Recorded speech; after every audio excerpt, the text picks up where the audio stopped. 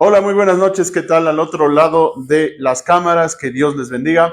Y también a los que estamos aquí presentes, pues que el Señor nos dé luz e iluminación para entender su palabra. Nosotros estamos trabajando con una serie que habla acerca de el Mesías y hemos tomado en consideración el hecho de lo que dice el Evangelio según San Juan al respecto de qué es lo que Jesús afirmó de sí. Y él dice en San Juan capítulo 4, hablando con una mujer junto a un pozo, esta mujer es de Samaria, y él le dice a ella, después de un amplio diálogo, donde toca las fibras más íntimas y confronta a la mujer con su pecado y le ofrece la salvación, termina diciéndole esta mujer, yo sé o sabemos que había de venir el Cristo. Y Jesús le dice, quien está hablando contigo, yo soy ese Cristo que tú esperabas. Entonces, en esa serie que está hablando Jesús diciendo que Él es el Cristo, hemos visto muchas facetas de esa palabra, yo soy el Cristo. Y una de las más cercanas es que ese Cristo vino, significando el enviado, vino para cumplir una promesa, es decir, fue enviado con un propósito. ¿Cuál fue el propósito de parte del que le envió, que es Dios Padre? Es cumplir la promesa que Dios mismo había hecho en Génesis capítulo 3, versículo 15. Que un día de la simiente de la mujer, en dos sentidos, tanto del hecho de que una mujer concebiría sin necesidad de un hombre y en el segundo hecho de que vendría de la descendencia de Israel, un día llegaría alguien que sería el vencedor sobre el mal y pisaría la cabeza de Satanás. Fue enviado entonces Jesús al ser Cristo, ungido, Mesías, enviado para cumplir esa promesa. ¿Cuándo la cumplió? Gálatas 4:4 dice, en el final, en el cumplimiento de los tiempos, vino Jesús, nacido de mujer, para vencer a la serpiente o a la simiente de Satanás. Bajo esas circunstancias, entendimos también que era necesario comprender para qué viene el Cristo en la dimensión de cumplir su promesa, y estudiamos qué promesa cumplió y estudiamos también toda la promesa a lo largo de la Biblia, llegando hasta la promesa con Jacob, Abraham, Isaac y Jacob. Y hemos hecho un análisis de esa promesa en donde entra Israel y también entra los que no son Israel, cuencanos, quiteños, americanos, australianos, etcétera, que creyendo por fe en el Mesías, en el enviado, en Cristo Jesús, podrían ser considerados parte de la familia de Dios. Eso hemos visto hasta aquí. Pero si le preguntáramos nosotros a Jesús, si hoy día estuviera Jesús entre nosotros como estuvo hace 2000 y pico de años, si nosotros estuviéramos preguntándole a Jesús directamente, imaginémonos por un instante irnos hacia atrás con micrófonos y con celular y para hacerle una entrevista a Jesús, saliendo allí entre la multitud un día cerca de una ciudad que se llama Jericó, y él está caminando y de pronto hay un hombre loco que está subido en un árbol, porque como él era chiquito no le podía ver, se trepó a un árbol y allí le cogiéramos a Jesús y le dijéramos, Jesús, unas palabras, por favor, ¿quién eres tú? ¿Qué nos diría Jesús? ¿Para qué viniste? Si nosotros le preguntáramos, ¿para qué viniste? ¿Qué nos diría Jesús? Y eso es justamente lo que vamos a ver. Lucas capítulo 19. Lucas capítulo 19. Entonces, ¿para qué vino el Cristo, no?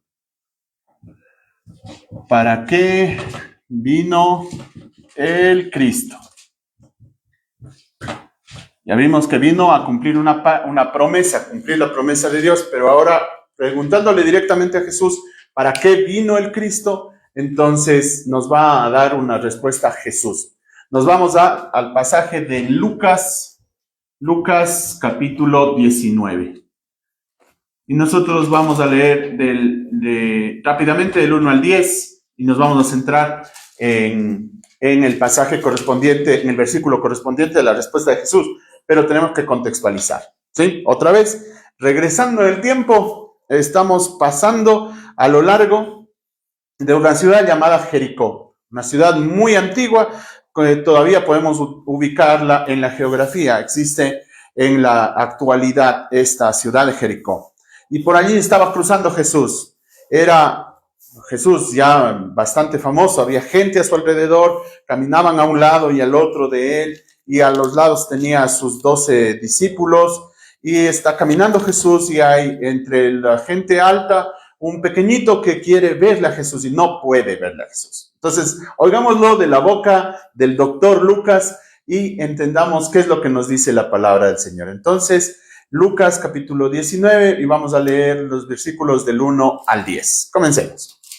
Habiendo entrado Jesús en Jericó, iba pasando por la ciudad, y sucedió que un varón llamado Zaqueo, que era jefe de los publicanos y rico, procuraba ver quién era Jesús, pero no podía a causa de la multitud, pues era pequeño de estatura. Y corriendo delante, subió a un árbol sicómoro para verle, porque había de pasar por allí. Cuando Jesús llegó a aquel lugar, mirando hacia arriba, le vio y le dijo: Zaqueo, date prisa, desciende, porque hoy es necesario que pose yo en tu casa. Entonces él descendió a prisa y le recibió gozoso. Al ver esto, todos murmuraban, diciendo que había entrado a posar como un hombre pecador.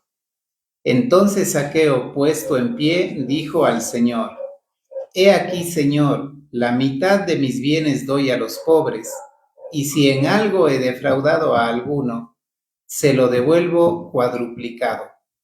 Jesús le dijo: Hoy ha venido la salvación a esta casa, por cuanto él también es hijo de Abraham, porque el Hijo del Hombre vino a buscar y a salvar lo que se había perdido. Amén. Entonces vamos a ver aquí a tres personajes en la historia. Sí, esto sucedió, no es una parábola, es decir, no es una comparación para explicarnos algo, no es una metáfora para explicarnos algo, está sucediendo. Y Lucas, el escritor del Evangelio, según San Lucas, y del libro de los Hechos, es, a gusto de muchos liberales, un historiador muy preciso y por esa razón le hacen a un lado, porque es muy preciso. Pero, gracias al Señor, lo bueno es que la academia reconoce que Lucas tiene una precisión aún mejor que la de Tácito o la de Flavio Josefo o la de Plinio el Joven. Es decir, los grandes historiadores del tiempo en el que Jesús estuvo y que no eran escritores bíblicos, quedan pequeños respecto a las referencias precisas del tiempo y de la historicidad que Lucas tenía. Lucas era verdaderamente especial. Y él registra esto como una historia verídica que sucede y por eso nos presenta algunos personajes dentro de esa interacción. ¿Sí? Vamos a ver, acá está el Cristo, yo le voy a poner Jesús, y acá están los dos personajes generales, ¿no? Entre Jesús y Zaqueo son los personajes principales y la gente no está solo de relleno, cuidado, son secundarios, pero son importantes. ¿Sí? Son secundarios, pero son importantes. ¿Por qué? Porque la Biblia nos presenta a Zaqueo con tres adjetivos. ¿Cuáles son los adjetivos que da de él? Primero era publicano, ¿ya? Es decir, que él trabajaba para el gobierno romano. Pero es que él era judío. Por eso era odiado por su pueblo. Porque ¿cómo puede ser que un judío trabaje para el gobierno de Roma y encima cuando cobra, no solo cobra lo que cobra Roma, sino se hace quedar una parte? Así les tenían, en ese concepto les tenían a los publicanos. Y él es publicano. Entonces nadie le quita lo publicano a Zaqueo, ni le vamos a quitar nosotros. Lo hermoso de la Biblia es que la Biblia presenta a todos sus personajes con sus defectos y sus virtudes. No es un libro que matiza o maquilla a Abraham, que, wow, Abraham era genial. No. Abraham le muestra como un mentiroso, como alguien que hacía caso a su mujer cuando le convenía, que buscaba su propio bien, que era egoísta, y después le muestra a Abraham cambiando su vida. Lo mismo pasa con Zaqueo, ¿sí? Es publicano, por lo tanto, si él es publicano, es odiado. Si es que es odiado, Zaqueo odiaría. Claro. Naturalmente. Porque cuando yo recibo odio, ¿qué va a salir de mí como respuesta de defensa? Odio. Y bajo esa circunstancia, entonces Zaqueo sí era publicano, pero además de eso tenía mucho dolor interno. Imagínense que la gente pasa por cerca y le miren y digan, ve, ahí va el ladrón, ve lo que me robó, él me quitó las cosas. Terrible. Entonces, ¿cuál es su reacción natural? No iba a ser agachar la cabeza, él tenía el poder romano de su lado. Entonces, es igual, la próxima que vengas te voy a cobrar más. Es más grave. Entonces, hay mucho odio reprimido y mucho odio en la relación de un publicano con la gente, ¿sí? Con la gente. Así que esta gente también, vamos a ver nosotros esas características y vamos a ver un poco el por qué son así. Pero no solamente que es publicano, sino que además de publicano es rico. Y a lo largo de la historia, la batalla ha venido entre ricos y pobres. Y dice el pobre, ¿por qué el rico tiene? Pues que el rico muchas veces madruga, trabaja, se esfuerza, se capacita, entrena y pone en riesgo su capital y pone una empresa. Y el pobre recibe un sueldo, se conforma con el sueldo, gasta el sueldo en cosas que no le son necesarias, en muchos casos en vicios, y después se queja que el rico tiene dinero y él no. Casi siempre gasta en cosas del rico. Y casi siempre gasta en cosas del rico, así es. Esa es una. Por el otro lado está, es que no, pues entonces, claro, la iglesia siempre predica a favor de los ricos. No, la iglesia en realidad no es que predica a favor de los ricos, y cuando la iglesia predica a favor de los ricos, la iglesia se enriquece. ¿Sí? Y cuando la iglesia pone de fachada a los pobres, pero por detrás apoya a los ricos, la iglesia se hace rica. Y ahí están los ejemplos de muchas iglesias. Y si no de iglesias, de pastores, que ponen a los pobres por delante para enriquecerse ellos. Lamentablemente, esa realidad era no cosa de solo hoy, sino también de aquel entonces. ¿Sí? Era rico y entonces era mal visto. ¿Por qué? Porque era rico. ¿Sí? Ah, pero es que Jesús mismo dijo que es muy difícil que un rico entre al reino de los cielos, porque es más fácil que el camello pase por el ojo de la aguja. Y por cierto que cuando yo era niño y oía eso, decía, un camello por el ojo de una aguja, que le veía enzarzar a mi tía haciendo, pero por poco y a punte de ojo. Para mí era increíble, es imposible que un rico entre al cielo. Pero, ¿por qué? No, Jesús está diciendo que aquel que tiene su corazón puesto en la riqueza no puede entrar al cielo con facilidad. ¿Por qué? Porque su riqueza le estorba. Y aquel que es pobre y que pone su corazón en su pobre tristeza, de amargura, de me tocó esta mala suerte, su autocompasión también le es una barrera para entrar al cielo. Porque ni el rico ni el pobre van a querer reconocer que necesitan un salvador. El uno se ampara en su capacidad económica y el otro se ampara en su autocompasión. Entonces los dos cometen el mismo error, idolatría en ambos casos.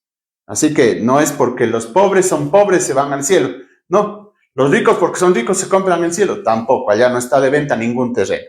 Entonces, él era rico, ¿sí? Rico, despreciado y publicano. Encima de todo, era pequeño. Ahora, ¿por qué Lucas escoge estas tres palabras para describirle a este hombre? Bueno, solamente para que, allá, porque era chiquito, no, era necesario mostrarnos que esta pequeñez física es quizá como se ve en realidad alguien que está lejos de Jesús. Porque en su poder económico brutal, tiene tan pequeñito el corazón que no puede ver más allá de sus riquezas. O tanto odio hay acumulado porque la gente le trata y le maltrata, que es pequeño en su generosidad para brindarse a los demás, porque sufre. Y como ese sufrimiento tiene justificativo, entonces, ahora tiene excusa. Entonces, la pequeñez física está descrita por Lucas para mostrarnos en grave contraste lo que va a suceder después. Y vamos a ver qué es eso. Ahora, por otro lado está la gente, ¿sí? Y la gente dice que eran gente murmuradoras. Le vieron a Jesús que habló con Zaqueo. Ahora, Zaqueo fue notorio en un árbol. Estoy pasando por un lugar y veo a alguien trepado en un arbolito. Y Jesús le ve y le dice, Zaqueo. Y eso es curioso, ya vamos a anotar ahí, pero Jesús le conoce a Zaqueo y le llama por su nombre. Jesús le dice a Zaqueo, Zaqueo, baja, porque hoy es necesario que pose yo en tu casa. ¿Ya? Entonces, Jesús le vio a Zaqueo. Pues Jesús fue el que le miró a Zaqueo, y Zaqueo oyó la voz de Jesús llamándole personalmente a él. Y entonces, cuando esto pasó, ¿qué dijo la gente? Este Jesús come en la casa de los publicanos. Ha de ser uno de ellos. Porque para sacar conclusiones, los seres humanos somos geniales. Claro, como él es rico. Claro, porque le ha de dar plata a él. Él ha de financiar los viajes. Todo eso puede murmurar el corazón humano. Pero no solamente eran murmuradores, sino que su murmuración, procedía de ser observadores. Entonces siempre habrá un grupo de gente, siempre va a haber un grupo de gente que nos esté observando, ¿sí? Y puede murmurar de lo que somos. Puede murmurar, puede decir cosas al respecto de lo que somos. Lo importante aquí no es Zaqueo ni la gente en esa relación, sino Jesús con Zaqueo. Ese día Jesús le dice a Zaqueo, hoy es necesario que pose yo en tu casa. ¿Ya? ¿De quién era la casa? De Zaqueo. De Zaqueo. Y Jesús le dijo, ¿es mi casa, Zaqueo? No, ¿de quién es la casa? Tu casa. Es tu casa. Es tu casa, Zaqueo. Pero es necesario que yo pose en tu casa. Entonces se autoinvitó Jesús. Sí. ¿Sí? ¿Sí? Hoy es necesario que pose yo en tu casa. Pero Zaqueo tenía dos posibilidades. Una, ya era odiado, ya era publicano. Ya todo el mundo le veía mal. Que le vea mal Jesús. Pues te está invitando. No. Podía rechazar lo que Cristo dijo. Pero no rechazó. ¿Qué hace Zaqueo? Dice, le recibió gozoso, dice. Le recibió gozoso. ¿Ya? Desciende, se baja del árbol rápido y le recibe gozoso. Y vamos a entrar ya en quién es Jesús y para qué vino. Primero, Jesús le dice a Zaqueo, hoy es necesario que pose yo en tu casa, ¿no es cierto? ¿Cuándo? Hoy.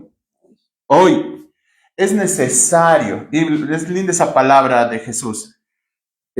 A Nicodemo, cuando comenzamos estos estudios hace algún tiempo atrás, por cierto, habría que ver cuánto tiempo estamos ya, pero cuando comenzamos hace un tiempo atrás, Jesús le dijo a Nicodemo, es necesario. ¿Ya? Y al comenzar a la mujer de Samaria, es necesario que yo vaya a Samaria. Estas palabritas no están puestas allí por llenar el espacio, están puestas a propósito, tienen una finalidad. Entonces, cuando Jesús habla de que es necesario, también le dice cuándo es necesario. Hoy es necesario. ¿Sí? Esto va a ser el mensaje para Zaqueo. Hoy es necesario. ¿Y qué es necesario? ¿Qué es necesario? Dice, hoy es necesario que pose yo. Miren, En tu casa. que pose yo. Cuando el Señor se refiere al yo, es más que referirse solamente al hecho de que soy la primera persona del singular. No, yo, el Cristo. Que pose yo en tu casa. Ok, muy bien, pose yo. ¿Qué más dice el Señor? Zaqueo se baja, le recibe gozoso. ¿Y qué sucede? Todos murmuraban. Todos murmuran. Miren, aquí está el asunto. Aquí estaba Zaqueo, él era así. Jesús habla con él y todos murmuran. Automáticamente ese triángulo. ¿Y luego qué sucede? Cuando ya todos han murmurado. ¿Ya? Todos Zaqueo, murmuraron. puesto en pie, dijo al Señor, he aquí, Señor, la mitad de mis bienes doy a los pobres, y si en algo he defraudado a alguno, se lo devuelvo cuadruplicado. ¿Ustedes han oído alguna vez a un publicano rico resarcir un daño? No, pues aquí Hemos visto a alguien dar adicional por haber defraudado. Antes, al contrario, vemos a políticos que pagan millones con tal de que no me metan preso. ¿De dónde tienen la plata los políticos millonarios? La misma plata que robaron, lamentablemente. Pero como así dice la ley, bueno, pues entonces roban legalmente, con pena. Pero esa es la realidad actual y corrupta. Entonces, nadie devuelve el daño. Pero acá le vemos a un saqueo, ahora cambiado, de pronto. ¿Y qué pasó entre este saqueo y este saqueo que resarce el daño? ¿Qué pasó? Jesús del medio. Yo posé en tu casa. Eso sucede. Jesús dijo, es necesario que hoy pose yo en tu casa. Y cuando pasó eso, entonces la gente murmuró, y al murmurar la gente, y todo, ya dentro del momento de estar en intimidad, el saqueo comienza a decir, yo voy a devolver a la gente que yo haya perjudicado, ¿sí?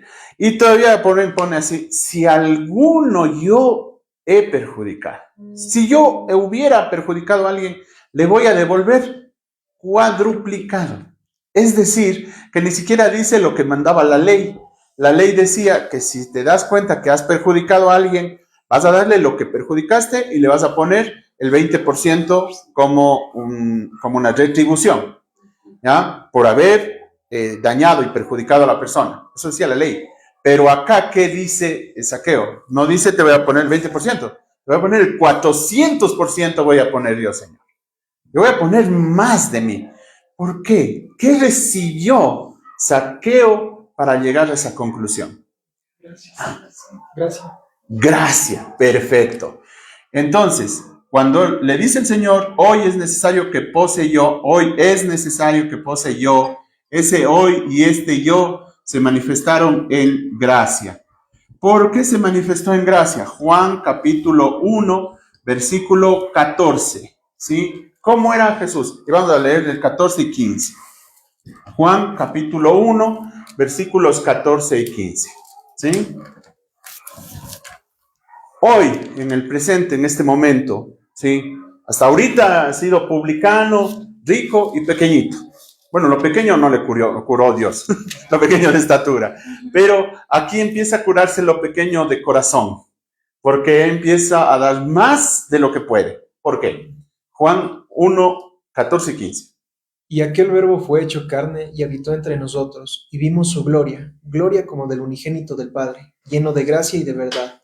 Juan dio testimonio de él y clamó diciendo, este es de quien yo decía, el que viene después de mí es antes de mí, porque era primero que yo. Ok.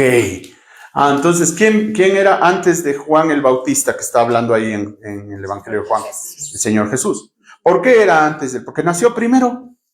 No. Dice, porque era primero que yo. Siempre existió. ¿Y qué dice que está lleno Jesús? ¿De qué está lleno Jesús? Él está lleno de gracia y verdad. Incluso si seguimos leyendo el texto en Juan capítulo 1 y dice, de él tomamos nosotros gracia sobre gracia.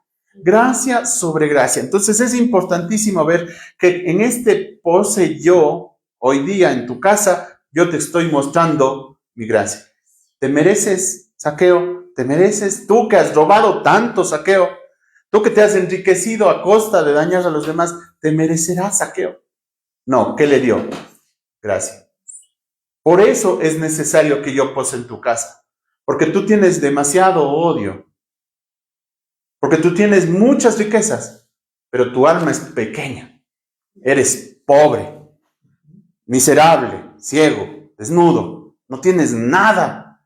Por lo tanto, yo necesito darte gracia. Y esto es hermoso. Que Jesús no diga que, saqueo, tú necesitas solamente, sino dice, me es necesario a mí darte. A mí, que soy Dios, está diciendo aquí Jesús. A mí, que si yo soy el Cristo, me es necesario darte, ¿sí? Me es necesario darte gracia. ¿Qué más dice? Ya, entonces, saqueo resarce el daño o por lo menos empieza a comprometerse, dice que hay un compromiso, yo voy a devolver al otro cuadruplicado. Y entonces, ¿a qué llegamos? ¿Qué pasa ahí? Cuando sucede eso, ¿qué dice Jesús? Jesús dice, hoy ha venido la salvación a esta casa.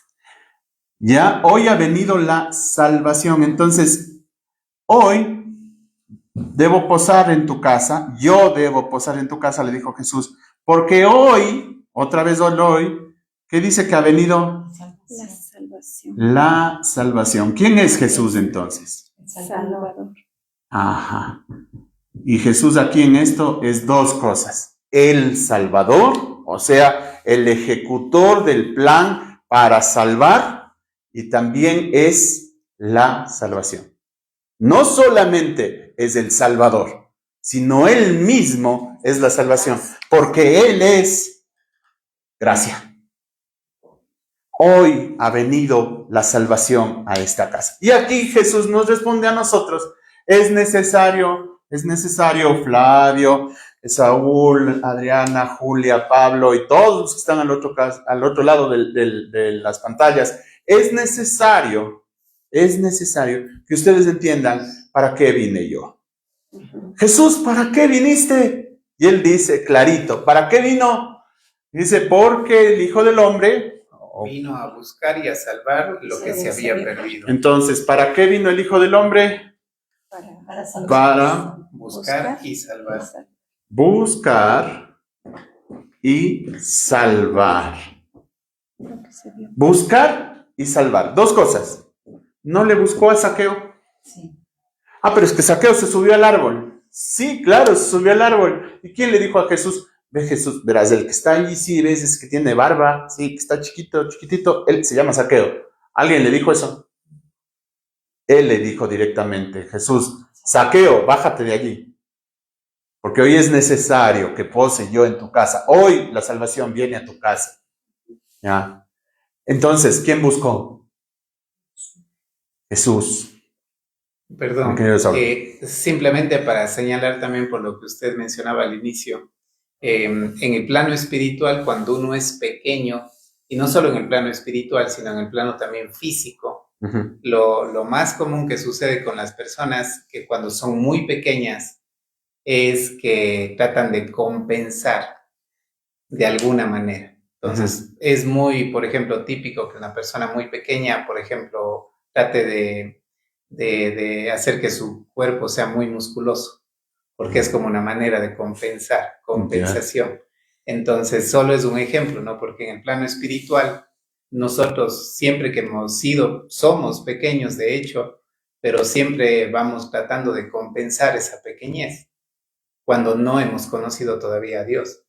Porque una vez que conocemos a Dios, dejamos de querer compensar en nuestra fuerza. Así es. De querer compensar según nuestros medios, maneras, formas, y lo más común es mediante el altivez, ¿no? El orgullo, de tratar de compensar esa pequeñez y decir, Dios puede decir lo que sea o lo que sea, pero no, o sea, yo pienso esto, yo me he ganado, yo he hecho, yo he sido, yo soy, etcétera. Entonces, nada más acotar eso porque tiene mucho que ver con la pequeñez espiritual y física también, como solo un ejemplo, una analogía. Claro que sí, muchas gracias, Saúl. Y sí, justamente es eso, bien dicho, porque miren que cuando Zaqueo dice que va a resarcir el daño, recién ahí Dios dice, ha venido la salvación.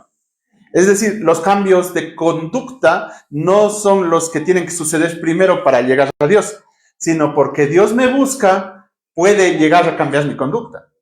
Principio del reino de Dios, primer principio, yo les enseño esto a los jóvenes en la iglesia. ¿Cuál es el primer principio del reino de Dios, Pablo? ¿Ah? ¿Dónde cambia la persona? Desde adentro hacia afuera. Desde adentro hacia afuera. Ese es el primer principio del reino de Dios. Si yo quiero cambiarle la conducta y el comportamiento a una persona, puedo utilizar, qué sé yo, condicionamiento a Pavlov, ahí les dice salivar a los perros. Le puedo cambiar la conducta a la persona, pero adentro sigue queriendo, desea y va a ansiar pecar. ¿Ah? Pero si es que cambia el corazón, ya no. Su conducta va a ser consecuencia, es lo que pasa a Zaqueo. ¿Por qué? Porque el Señor me viene a buscar. Y en esa compensación de orgullo, miren a Zaqueo, publicano y rico, al llegar a ser un dador. Sí, Él resarce el daño, Él le entrega, Él se da. ¿Cuánto se da? ¿Solo el 100%? 4 veces más. Sí, y eso le pasa al que recibe la salvación. La salvación se evidencia en obras. La salvación se evidencia en obras, no se obtiene por obras. Porque el que me está buscando es Jesús. Porque yo era bueno, no, porque yo era igual que el publicano, guardo rencor. La gente me ha criticado y yo he criticado. Y no soy el único que ha hecho, y pues y no soy el primero ni el último. Y me empiezo a excusar y a herir, a molestar al resto. ¿Por qué? Porque no quiero reconocer mi pecado. Pero cuando me encuentro con un hoy día, que Jesús quiere posar conmigo y la salvación suya y Él mismo como Salvador viene a mi vida, entonces yo puedo darme, expresar. Entonces el Señor Jesucristo vino a buscar y salvar. 2 propósitos expresados aquí en Lucas 19, pero va a ampliarse aún más, ¿sí? Entonces no se detengan ni se desanime al otro lado de la pantalla, siempre va a haber más cuando estudiamos. Entonces, ¿solo vino a buscar y a salvar? No, vamos a aprender mucho más. Buscar y salvar, pero entonces si viene a buscar, ¿qué busca? Lo que se había perdido. Uno busca lo perdido, uno no busca lo que está delante, ¿no es cierto? ¿Ya? Buscar y salvar, ¿ya? Lo que se había perdido. Lo que se había perdido. Muy bien. Yo sé que hay muchas personas que aquí dirán, lo que se perdió fue la casa de Israel, que en el 722, entre 722 y 721 antes de Cristo, fueron llevados cautivos a Asiria. Y cuando estuvieron allí cautivos en Asiria, en distintos lugares, se mezclaron y se convirtieron en gentiles. No es así. Si bien es cierto, se mezclaron con gentiles y no guardaron el pacto porque ellos no sabían la verdad, engañados por Jeroboam hace algunos siglos atrás, antes de que sean deportados, pero no es que se convirtieron en gentiles, se mezclaron con los que no eran israelitas, es decir, con gentiles, pero ellos no solamente se habían perdido. ¿Y el pueblo de Judá no se perdió acaso? También se pierde. Y los gentiles, cuando el Señor Dios pone en Israel una columna de fuego para llevarlos a lo largo del desierto durante 40 años, porque pecaron, porque murmuraron, y Dios les dijo, bueno, van a caminar aquí 40 años. Ya, durante todo ese tiempo, ¿qué era Israel para el resto de naciones que les veía hacer eso? Luz. Era luz. Y si era luz, entonces los gentiles podían llegar a conocer la gloria de Dios a través de Israel. Sí.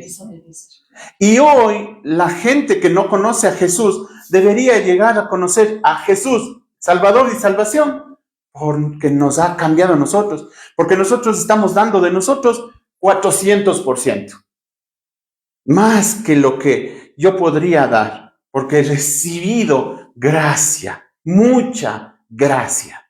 Así debería ser. Entonces, lo que se perdió no es solamente eso. Lo que se había perdido llega a un amplio margen que se había perdido. Y como el Señor Jesucristo toma las cosas que son más cercanas para enseñarnos lo que es espiritual, o los conceptos complejos los enseña desde lo más simple, el Señor Jesús siempre habló de las cosas que están alrededor. ¿Qué estaba alrededor siempre de él? Estaba gente que sembraba, estaba gente que estaba cultivando, que había obviamente personas que estaban podando las vides, o había pastores que estaban cuidando ovejas, o habían rebaños de ovejas que seguían a algún pastor. Entonces, eso siempre que estaba a su alrededor lo utilizó para explicar las cosas. Jesús, ¿dónde aprendió eso? Unos dirán, sí, es que de los mismos maestros y rabinos, y es verdad, porque Jesús crecía en sabiduría como crece cualquier niño, porque él fue 100% hombre. Entonces también tuvo que aprender la palabra de Dios y memorizar la palabra de Dios y saber eso y ver alrededor y razonar y pensar como un humano. Pero ¿saben dónde aprendió eso? En las Escrituras. Y hoy vamos a ver eso. Ezequiel capítulo 34. Entonces, buscar y salvar lo perdido. Y acá lo primero, ¿qué se había perdido? Yo voy a poner aquí las ovejas. ¿Sí? ¿De dónde saco ese concepto de que vino a salvar y buscar y salvar lo que se había perdido basado en las ovejas? Le sacamos de Ezequiel capítulo 34. Vamos a leer del 1 al 12, pero vamos a fundamentarnos en el 11 y 12. Acá nos quedamos con 19, 10. Jesús vino para buscar y salvar lo que se había perdido. Lucas 19, 10.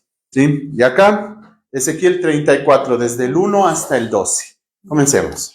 Vino a mí palabra de Jehová diciendo: Hijo de hombre, profetiza contra los pastores de Israel. Profetiza y di a los pastores: así ha dicho Jehová el Señor. Ay de los pastores de Israel, que se apacientan a sí mismos. ¿No apacientan los pastores a los rebaños? Coméis la grosura y os vestís de la lana, la engordada degolláis, mas no apacentáis a las ovejas. No fortalecisteis las débiles, no curasteis la enferma, no vendasteis a la perniquebrada, no volvisteis al redil, a la descarriada, ni buscasteis la perdida, sino que os habéis enseñoreado de ellas con dureza y con violencia, y andan errantes por falta de pastor, y son presa de todas las fieras del campo, y se han dispersado. Anduvieron perdidas mis ovejas por todos los montes, y en todo collado alto, y en toda la faz de la tierra, fueron esparcidas mis ovejas, y no hubo quien las buscase, ni quien preguntase por ellas. Por tanto, pastores, oíd la palabra de Jehová. Vivo yo, ha dicho Jehová el Señor, que por cuanto mi rebaño fue para ser robado, y mis ovejas fueron para ser presa de todas las fieras del campo, sin pastor, sin mis pastores buscaron mis ovejas, ni mis pastores, perdón, buscaron mis ovejas, sino que los pastores se apacentaron a sí mismos y no apacentaron mis ovejas. Por tanto, oh pastores, oíd palabra de Jehová. Así ha dicho Jehová el Señor: he aquí, yo estoy contra los pastores y demandaré mis ovejas de su mano y les haré dejar de apacentar las ovejas, ni los pastores se apacentarán más a sí mismos. Pues yo libraré mis ovejas de sus bocas y no les serán más por comida, porque así ha dicho Jehová el Señor: he aquí, yo mismo iré a buscar mis ovejas y las reconoceré, como reconoce su rebaño el pastor el día que esté en medio de sus ovejas esparcidas. Así reconoceré mis ovejas y las libraré de todos los lugares en que fueron esparcidas el día del nublado y de la oscuridad. Muy bien. Es un duro pasaje terrible, porque dice: yo, Jehová, estoy contra los pastores. Así que si usted es pastor al otro lado, Jehová está contra usted si usted no hace un buen trabajo. Contra todo aquel que lleve la palabra de Dios y haga un mal trabajo con esa palabra de Dios, Dios mismo está en contra. ¿Por qué? Primero, consideremos, ¿qué hace perder de las ovejas? Lo que se había perdido, hubiese dicho Jesús, porque yo vine a buscar y salvar a quienes se habían perdido. Bien podía decir eso, referirse directamente a personas.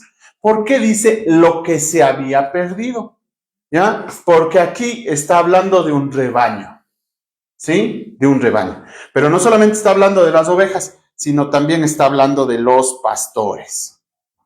De los pastores. También estos se han perdido. ¿Qué es lo primero que nos trae a la mente cuando hablamos de un rebaño? ¿Un rebaño está suelto o está organizado? No, sueltos. ¿Están sueltitos? ¿Y todos, cada uno lejos o tratan de estar cerca a los animalitos? Sí, medio cerca. Relativamente cerca. Es muy raro ver a un rebaño, especialmente de ovejas, que estén muy dispersas. Si están muy dispersas, corren peligro. Lo que pasa, por ejemplo, en Escocia, Irlanda, Inglaterra, donde tienen a estos perros, ovejeros. ¿Qué hace el perro? ¿Cuál es la labor del perro? Es de unir, juntar a las ovejas, mantener al rebaño unido. Esos perdieron los pastores mal empeñados en dirigir a las ovejas. Perdieron la unidad de las ovejas. Les dejaron dispensar. El día del nublado, dice allí.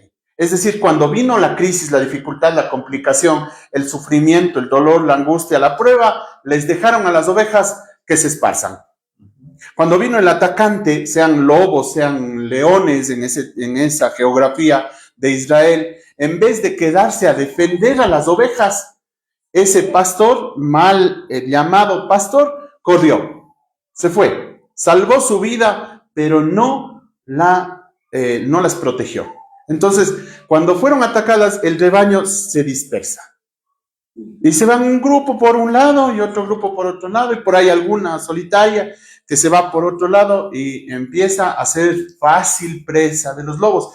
Perdieron, lo que se perdió fue la unidad. ¿Qué vino a salvar, buscar y salvar Jesús? La unidad. Por eso el Señor va a decir, nosotros somos un cuerpo, utilizando a Pablo, habla mucho en Efesios capítulo 4, un Señor, una fe, un bautismo, un Dios y Padre que es sobre todos, por todos y en todos.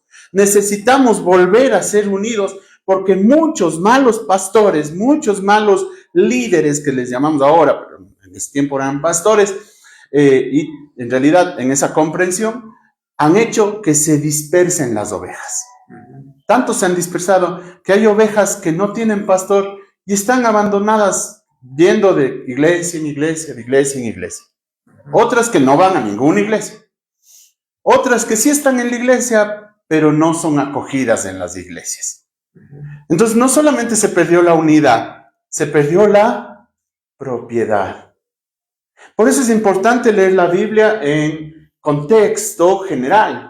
Cuando Jesús dice en Juan capítulo 10, yo soy el buen pastor, y el buen pastor da su vida por las ovejas. Dice, y entro al rebaño y conozco mis ovejas y las llamo y ellas me siguen. Está refiriéndose a esta propiedad que perdieron los pastores de Israel, y de Cuenca, y de Quito, y de Estados Unidos, y de donde sea, que hayan dañado con la mala administración de la palabra de Dios al rebaño de Dios. Porque las personas que están a cargo de un determinado pastor no son del pastor. El pastor, mal llamado pastor, se nutre de esas ovejas. Les quita la lana, les extrae la leche a las pobres cabritas, les convierte en queso, les hace sobreproducir, se come a las pobres ovejas. Eso es lo que pasa con el pastor malvado, no administra. Entonces, cuando Jesús dice, yo conozco mis ovejas, le está diciendo, devuélvanme mi propiedad. A los fariseos les está diciendo a ellos, ustedes son ladrones y salteadores, porque en vez de regocijarse de un hombre que acaba de ser rescatado de la ceguera donde nació, porque nació ciego, en vez de ustedes regocijarse, le echan afuera al pobre hombre. Le expulsan de la sinagoga. No tienes parte con nosotros. Ándate nomás, pecador apestoso. Es terrible. Y entonces Jesús va a decirle, ustedes son ladrones y salteadores. Pero es que no dice eso, hermano. La Biblia no dice así. No, es que el Señor no necesitaba decirle, ustedes son, porque estaba hablando de frente con ellos y les dijo, cualquiera que quiere subir por otro lado, ladrón es y salteador. Pero cuando el portero, el Espíritu Santo, ve que viene el pastor Jesús, le deja entrar y ve el rebaño que es de él, y él llama a sus ovejas y salen. ¿Cuáles ovejas? Las que los malos pastores perdieron. Las que están heridas, las que están lastimadas, las que están perniquebradas. No hay que curarle. ¿Para qué le voy a curar? Ni salvo ha de ser ese. Dejémosle nomás que se vaya de la iglesia. Y ojalá si no se va, le saco. ¡Qué terrible! No solo eso, sino aún más posible el hecho de, es que ¿cómo puedo pensar que es salvo? Y cogemos la Biblia para atribuirnos la posibilidad de decir quién es salvo y quién es no. Estoy manejando una propiedad que no es mi propiedad. Y daño a las ovejas. Y les robo la identidad si manejo mal. También la identidad de las ovejas se perdió. Porque se quedaron sin saber, ¿y ahora qué será? ¿Y quién seré? Y en vez de ser un buen pastor que le cuide, que le quiera, que le abrigue, que le corrija, sí que le corrija, es decir, que le entablille la pata y que le vende la herida y que le coja con aceite, que es la palabra de Dios, y le limpie del pecado. No, ahí está la pata, ya está coja, mejor matémosle. Le robe la identidad. Un mal pastor que no predica la palabra de Dios correctamente, entendiéndola completamente, y que coge la Biblia para su propio beneficio y mantener sus propios pensamientos apuntalados, no hace más que robar la identidad de las ovejas. Perdón, y solo para enfatizar eso, ¿no? La palabra dice en algunas porciones que el pecado se corrige con misericordia y con verdad. Amén. Entonces, es como que nos da a entender el carácter de Dios, ¿no? Sí. Que es tanta justicia como amor, pero no podemos dejar de lado ninguna de las dos. Dicen que el pecado se corrige con esas dos. Sí. Misericordia y verdad. Y no puedo prescindir la una de la otra. Yo decía que el otro día que alguien me mostraba una herida, uno de mis alumnos me mostraba, profe, vea cómo estoy de lastimado, y me pusieron algo para limpiar. Me digo, ¿te pusieron mertiolate? No, dice. Y cuando te pongan mertiolate, ahí te quejas. Porque cuando éramos niños, había mertiolate. Y curar una herida, uno sabía que iba a arder. Pero también sabía que había mamá o papá o quien quiera que me esté curando la herida, que cuando me pone el mertiolate enseguida va a soplar, llenando de bacterias y todo, yo sé, pero soplaba para cuidar del ardor que genera el escozor de poner semejante medicamento para evitar la infección. Pero que lejos estamos de administrar la disciplina de Dios bajo esas características con misericordia y verdad. Porque no pensamos que la unidad es de Cristo. No pensamos que la propiedad no es nuestra. El que está, quien quiera que esté al frente de un grupo, esa propiedad de personas no es de esa persona que está dirigiendo, son de Dios. Y yo tengo que darle cuentas a Dios de qué pasa con cada una de esas personas. Le curé. Si me contó un pecado, le corregí. Le mostré con la Biblia, hermano, usted está mal. Mire que dice la Biblia, arrepiéntase. Le puse mertiolate. Arrepiéntase. No, hermano, yo me voy a dedicar con usted. Estudiemos de nuevo la Biblia para que vea cómo el Señor le ama. Misericordia. No, ¿para qué estás invirtiendo tiempo? Ya les he dicho, si no cambian. Así tratamos a veces a las ovejas que no son nuestras. ¿Por qué? Porque para nosotros son solo eso. Son objeto de ahí tengo lana, tengo leche y tengo carne. Me pagan un sueldo, me pagan un salario. Entonces yo predico y cobro X cantidad cada conferencia que les doy cada domingo. Hay muchos pastores que dicen, yo no soy adivino. ¿Cómo yo puedo saber que están sufriendo? O sea, díganme, no me acusen después porque yo no puedo adivinar lo que ustedes están viviendo. Y antes, al contrario, lo que vemos en Ezequiel es que el pastor debería estar pendiente. Esta está con moscos, vamos a limpiarle. ¿Ya? Vamos a quitarle. El Salmo 23 dice, unges mi cabeza con aceite. Los pastores han tenido esta bonita costumbre de limpiar la cabecita de las ovejas con un aceite para sacarles las moscas que se meten en las fosas nasales y luego dejan huevecillos. Esos huevecillos se meten tan adentro en su cabecita que les dan comezón. Y las ovejas con la comezón empiezan a dar topes contra las piedras hasta matarse. Si se muere esa oveja, ¿quién tiene la culpa? ¿La oveja, el mosco o el pastor? La mosca hace lo que hace. La oveja le da comezón. ¿Qué puede hacer? Rascarse. Pero ¿quién debe haber visto? Aquí dice hermano Flavio en el 34:6 de Ezequiel, en la parte B dice, y no hubo quien las buscase, ni quien preguntase por ellas. Exacto. Qué terrible, ¿no? Sí, y entonces el Señor se muestra todo lo contrario. Yo sí les busco. No es que el Señor vino, se salvó y ya. No, el Señor vino a buscarle a este Zaqueo que estaba odiando a la gente y era odiado por la gente porque era rico pero pobre en generosidad. y estaba tratando de ver quién es este Jesús que pasa allí. ¿Se imaginan a Zaqueo oír ese día, Zaqueo? No le dijo, oye tú, publicano, bájate de ahí, ve, ladrón, ven acá. No, le dijo por su nombre. Y como dice el Señor en Juan capítulo 10, a mis ovejas yo conozco por nombre y ellas me conocen y me siguen. ¿Cuáles ovejas han sido? Las de ellos. Ahora, también se habían perdido los pastores. ¿Por qué? Porque los pastores, en vez de hacer su labor, ¿qué hicieron? Seguir el camino de Caín, crear su propio modelo de religión, identificar sus propios rituales y poner carga sobre carga que ni ellos podían cumplir, como lo dice Pablo y lo dice Pedro en Hechos capítulo 15. Carga sobre carga que ni ellos podían cumplir y no, ahí ponle sobre el resto de las ovejas. Entonces es un pastor perdido. Perdió su profesión, perdió su misión, perdió su visión. Y para eso viene Cristo, para buscar al que está perdido, al pastor perdido. Y salvarle al pastor perdido. Porque no es que como está pastor perdido, también nosotros vamos a decir, ni modo, ese es un predicador del diablo y se perdió. No, antes al contrario.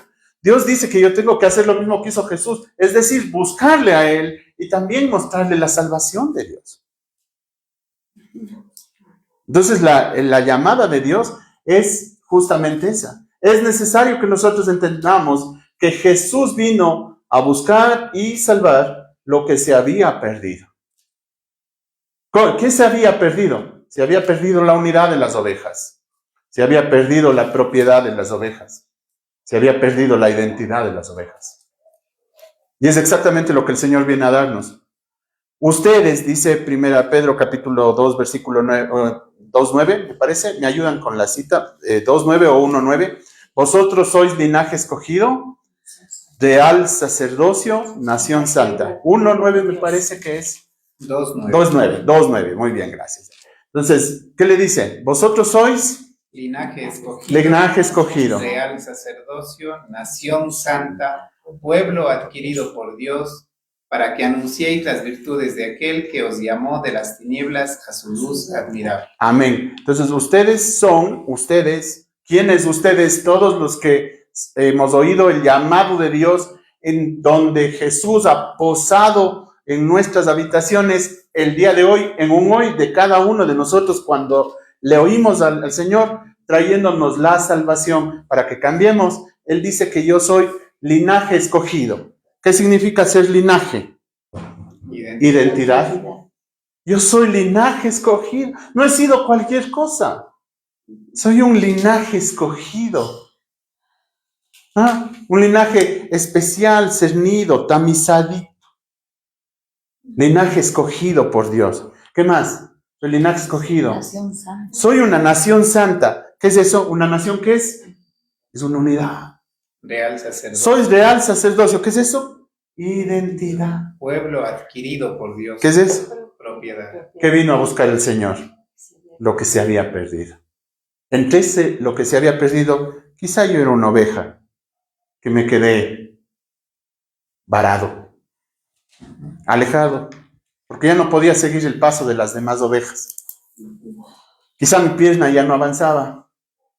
Quizá estaba tan repleto de lana, de acumular tanto odio y suciedad, que ya no avanzo a seguir y me caigo en una zanja. Si fuera por esos malos pastores, cerrado se quedó. Pero el buen pastor va dejando a 99 bien seguras y busca a la que se perdió.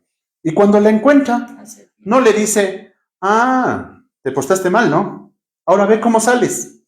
No hace eso. Sino la coge, la carga sobre sus hombros y la lleva a la casa. Y en la casa dice a los vecinos, regocíjense conmigo porque la oveja que se perdió, miren a esta negrita, ¿sí? ¿Se acuerdan? Ya la encontré. Y hay gozo. Si hay gozo así, por una oveja perdida, dice el Señor, Lucas capítulo 15. ¿Cuánto más habrá gozo en el cielo por un pecador que se arrepiente? Si usted y yo no hacemos lo que hace Jesús, de nada sirve que aprendamos quién es Jesús y para qué vino. Él dijo que vino a buscar y salvar lo que se había perdido. Estamos buscando y salvando lo que se había perdido. Cualquiera sea la intención con la que nosotros estemos trabajando, debería ser entendido como un excelente pasaporte para mostrar allí donde están los perdidos quién es Jesús y que les está buscando. Yo en mi trabajo, en la escuela, en la universidad, en el momento de entorno que yo tengo, en la iglesia, fuera de la iglesia, en un parque, en el hospital, en la salida, en el pasillo, en el bus, en donde yo pueda, debería estar buscando y mostrando la salvación. Yo no puedo salvar, pero sí puedo mostrar que hoy Jesús, el Salvador y la salvación, es necesario que pose en la casa. ¿Para qué vino el Cristo? Para buscar y salvar lo que se había perdido. Que Dios bendiga y añada bendición a su palabra. Que Dios les bendiga. Chao, chao.